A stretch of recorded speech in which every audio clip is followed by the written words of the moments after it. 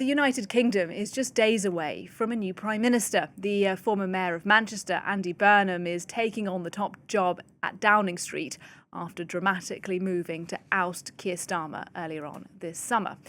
So next week then, we'll be talking plenty about Burnham when he takes the reins of power. But today on the programme, we're looking back at the tenure of Starmer, who is being deposed just 2 years after he won a landslide election. So to talk to me a bit about this, Clovis Casali, our reporter, is with me in the studio, who has done quite a bit of work in the UK over the past few months. And Clovis, look, when we look back at Starmer's premiership, one of the things I think he'll be most respected for is his foreign policy. And to that end, today he's actually in Ukraine. A symbolic trip, of course, in the final days for British Prime Minister Keir Starmer, a trip where President Zelensky of Ukraine awarded him the Order of Freedom. So Downing Street says this trip is a chance to discuss the foundations put in place under the Starmer government to try to pave the way for lasting peace. And that includes, of course, the coalition of the willing, which is this alliance of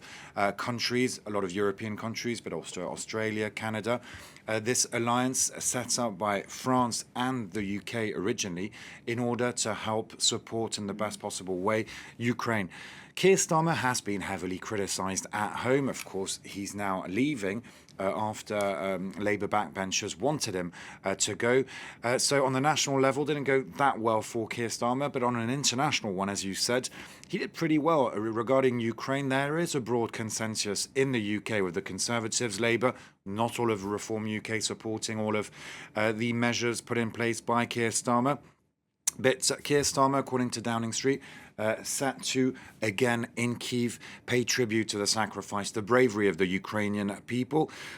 And, quote, the cast iron support for Ukraine will always endure. What does that mean? It means that, yes, Keir Starmer's going, but his successor and the UK will always stand by the side of Ukraine in the face of Russian aggression. And Clovis, look, yesterday Starmer had his last Prime Minister's questions. Normally that's quite a kind of fiery affair in the House of Commons. But yesterday him and Kemi Badenoch, his opponent in the Conservative Party, had a sort of rather warm, jovial exchange. Yes, warm is definitely the word. A few jokes. They talked about football. The opposition did not insult, yell, scream at Keir Starmer. He recalled some of the key moments during his time in office, Keir Starmer. One memory that will stick with him is that visit of the Ukrainian President Zelensky to London just after that infamous meeting on February 28th to 2025. Remember, in the Oval Office, how can we forget Donald Trump, J.D. Vance teaming against Volodymyr Zelensky, mocking him, humiliating him about the way he was dressed, about not thanking the US enough for US support for Ukraine. It was in February 2025.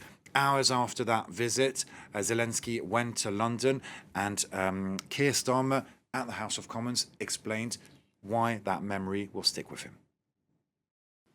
The day after he was evicted from the Oval Office, he left alone. He got a plane. We got him to come to London, and I asked him to come to Downing Street straight away. And I walked out to meet him. I gave him a hug, and then I showed him what was in the street, which was many people who had come thinking that he was visiting Downing Street. And the moment he got out the car and hugged me, they cheered on the top of their voices, the British people, to tell President Zelensky exactly what they thought of him and the way that he had been treated. And that was a really emotional moment because it was the first human contact he had effectively had outside of his immediate team since he left the Oval Office. Keir Starmer there at his last Prime Minister's questions yesterday. And so, Clovis, by the beginning of next week, we expect that Andy Burnham will be in power in London. Do you think we'll see a big shift in policy from Starmer? Yes, that should happen on Monday. A shift of policy regarding foreign policy, probably not. Both men agree on the need to defend Ukraine. They are both pro-European. They both want closer ties with the European Union, given the economic disaster following Brexit, of course. On a national level, Andy Burnham is promising change. First, in terms of communication. The Labour Party got rid, in a way, of Keir Starmer because they feel he wasn't conveying the message in the right way, that his message wasn't coming across like it should, and that Andy Burnham, on the other hand, is much better at that he's a man of the people. He's more left-wing, supposedly, economically speaking, that also he represents other parts of the country, not just London, and that was a lot of criticism that Keir Starmer was getting. Andy Burnham promises a change of style in government, also in terms of power not being just in London.